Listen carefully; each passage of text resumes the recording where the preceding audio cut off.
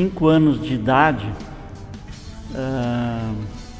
eu já sabia que eu gostaria de ser desenhista ou pintor, alguma coisa assim.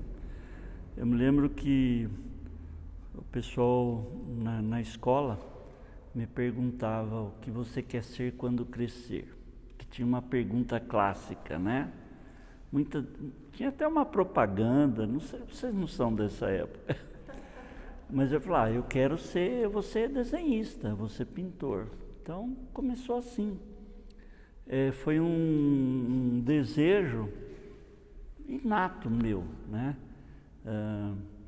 A minha família é de agricultor, meu pai foi leiteiro 7 anos. Depois ele trabalhou na área de agricultura, agricultor mesmo, até hoje é agricultor.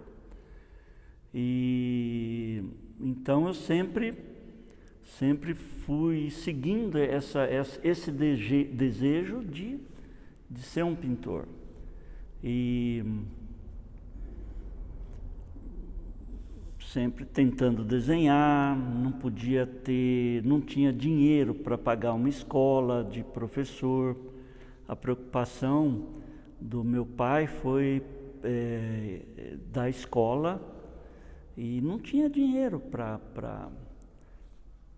pagar uma escola de pintura. Então fui me virando, né? Você desenhava, então? Você gostava Sempre desenhando.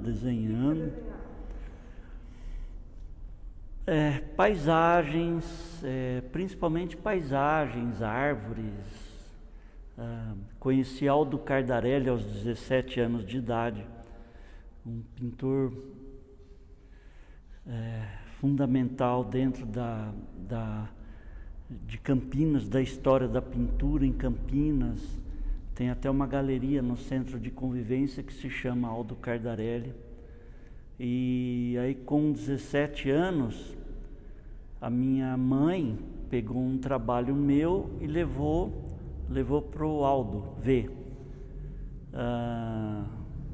E aí o Aldo falou, olha, ele nem precisa de professor, só de ele ver ele aprende. Então ele me convidou para ir lá visitar.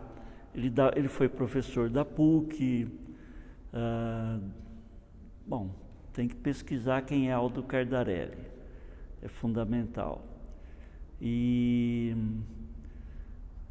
aí ele me convidou para ir lá, e eu simplesmente ia, e ele não me ensinava nada. Ele olhava e ele observava que eu, observando o trabalho dele, eu aprendia. Então ali eu comecei a entrar em contato com a pintura a óleo. Então, e aí eu fui desenvolvendo pelo fato de ser autodidata, digamos assim, né? Não me formei em nenhuma academia relacionada a artes plásticas, né? Na verdade, sou formado em economia na Unicamp. Mas foi muito importante para mim, porque como eu nasci no meio do mato, eu era muito introspectivo. Então, na Unicamp foi muito importante eu ter convivido com outra área, principalmente entrar em contato com a questão da história, sociologia, antropologia, economia, matemática. Eu adorei, né? Mas sempre pintando paralelamente. Então isso foi fazendo um tempero entre uma coisa mais bruta, mais natural, mais quase ingênua, não diria ingênua, mas aprendi metodologia. Quando você deseja algo, você busca. Então isso foi alterando a minha questão de pesquisa, mas sempre pintando, né? Desenvolvendo. Não nasci em Valinhos porque não tinha maternidade. Mas a sua família é daqui? É daqui, é daqui de Valinhos, né? Moro no município, nasci na maternidade de Campinas, minha naturalidade é campineira, mas eu sempre vivi aqui em Valinhos. Moro numa chácara, uma fazenda antiga, e então essa é o habitat em que eu vivi, né? E a questão com a questão do tempo passando, a única formação que eu fiz eu fiquei 5 meses em Firenze, apenas para aprender a preparar telas, porque eu precisava, preparar telas de grandes tamanhos, de grandes dimensões, e aqui no Brasil era muito complicado executar uma tela durável com esse rigor técnico. Então, em 1990, eu fui para a Itália e fiquei 5 meses com um restaurador do Uffizi, só para aprender a preparação da tela. Porque como o meu trabalho atual ele é muito rigoroso e demorado, né? Então eu preciso de um suporte que sustente a durabilidade do tempo que eu estou envolvendo nesse trabalho. Então, nesse período, eu comecei a sair do paisagismo. Apesar de ainda trabalhar com paisagismo, aqui não tem nenhum trabalho, o espaço procurei trazer algumas obras mais leves, né? Mas eu tenho uma série que é para pintar os parques nacionais brasileiros. Então eu tenho obras assim que são paisagens externas, e essas eu chamo de paisagens internas, porque muitas ideias elas vêm às vezes através de sonho. Eu sonho muito, então todo dia que eu acordo às vezes eu tenho sonhos assim que eu vejo os quadros, então eu tento desenhar, anotar e depois passar para a pintura.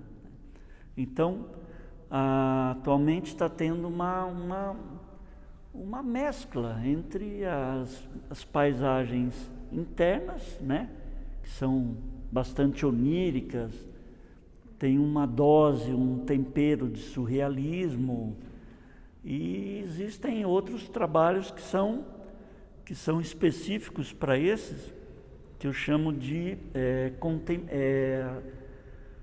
pintar o Brasil tecnicamente, com uma informação, uma formação e visão contemporânea com as cores que o Brasil tem hoje.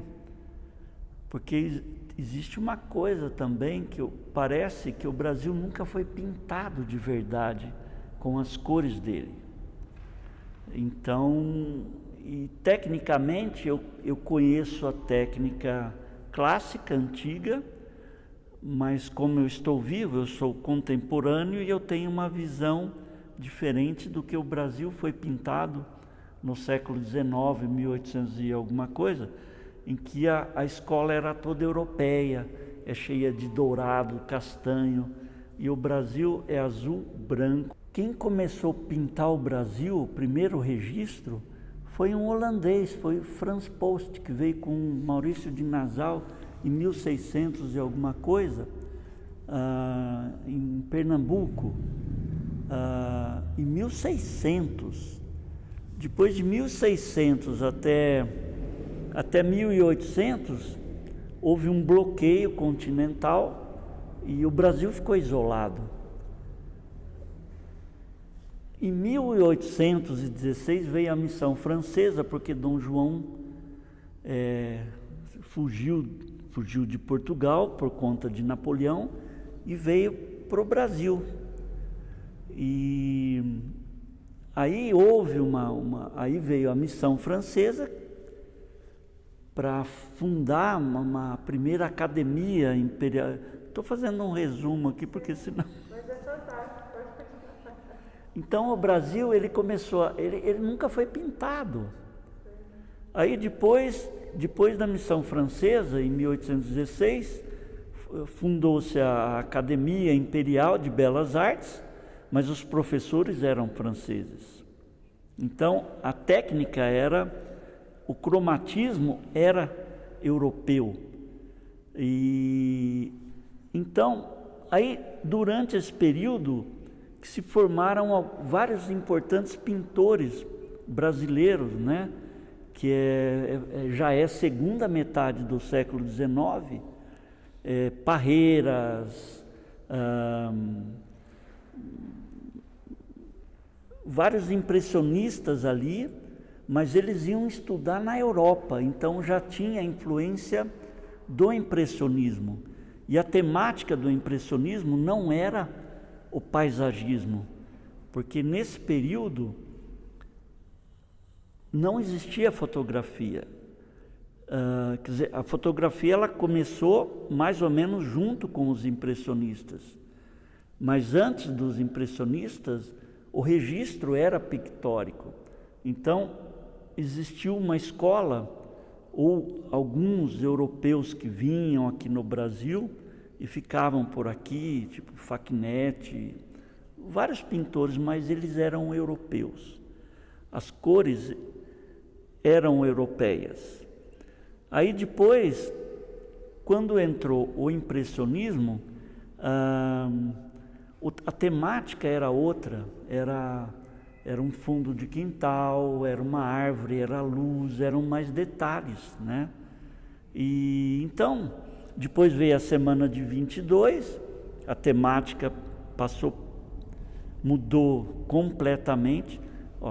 Semana de 22, ano que vem vai fazer 100 anos, né? Então o Brasil nunca foi pintado. A Chapada Diamantina.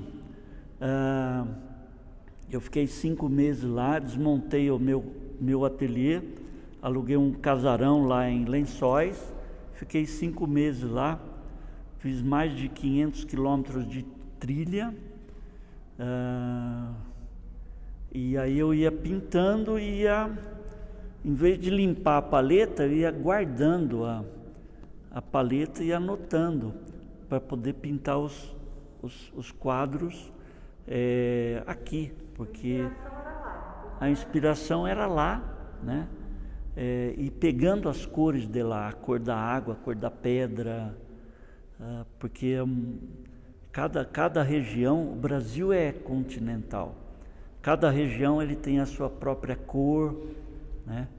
Então, em vez de limpar a paleta, eu ia guardando, tem uma pilha assim de paletas em que tem o registro das cores.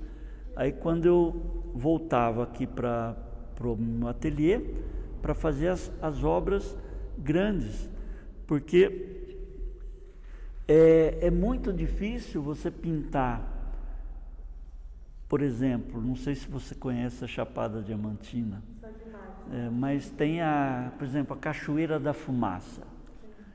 Aquilo é imenso.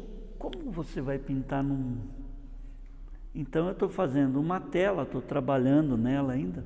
Ela tem 3 metros por 2, só da Chapada Diamantina, da Cachoeira da Fumaça. O Brasil, a paisagem que ele tem,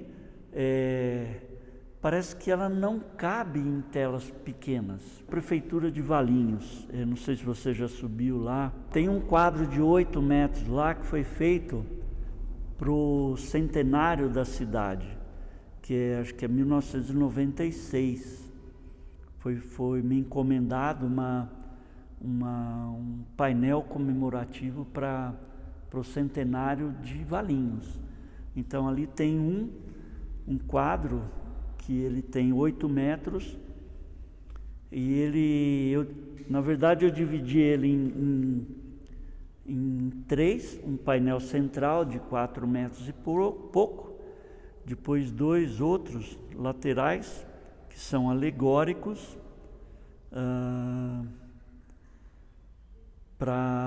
pensando nessa questão da alegoria.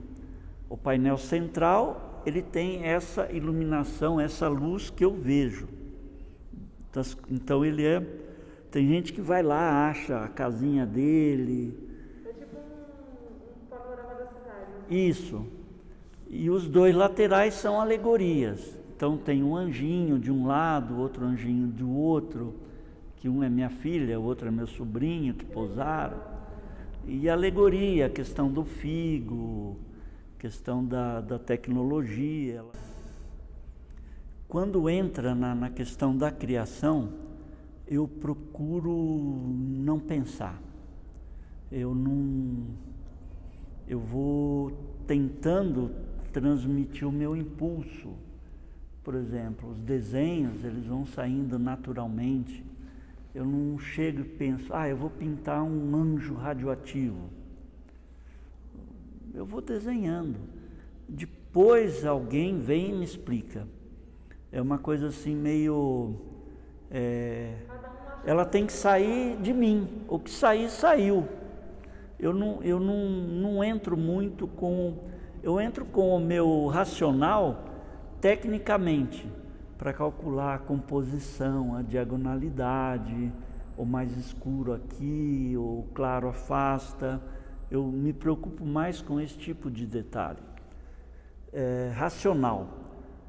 Aí, o racional é como se fosse uma ferramenta de libertação. A princípio, parece que se você vai dar aula de desenho, é chato pintar, mas se você não aprender, não tiver o ferramental, você não vai conseguir se soltar lá na frente. Então, digamos que eu estou assim meio liberto dessa questão ferramental. Então, o que me aparece, eu anoto, depois eu vou, porque acaba transmitindo alguma coisa. Cada um vai ver de uma maneira, né, um trabalho, cada um vai sentir, sente mais atraído por uma obra ou por outra, né? Então é o reflexo.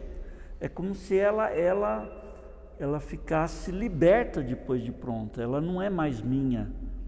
Ela é uma outra entidade. E cada um vai se identificar de uma maneira ou não. Um atrai, o outro não atrai. Então, não tenho muito esse questionamento. É expressar, né? Por isso que eu sempre ando com... Porque apareceu a ideia, às vezes é num guardanapo, às vezes você está totalmente fora, deslocado de um lugar, aparece uma ideia, eu anoto. Depois eu vou puxando ela, aí vou refinando, vou estruturando, e conforme for eu passo para uma tela, óleo ou não, ou eu faço um desenho. A gente tem que estar aberto, né? A cabeça tem que estar ventilando.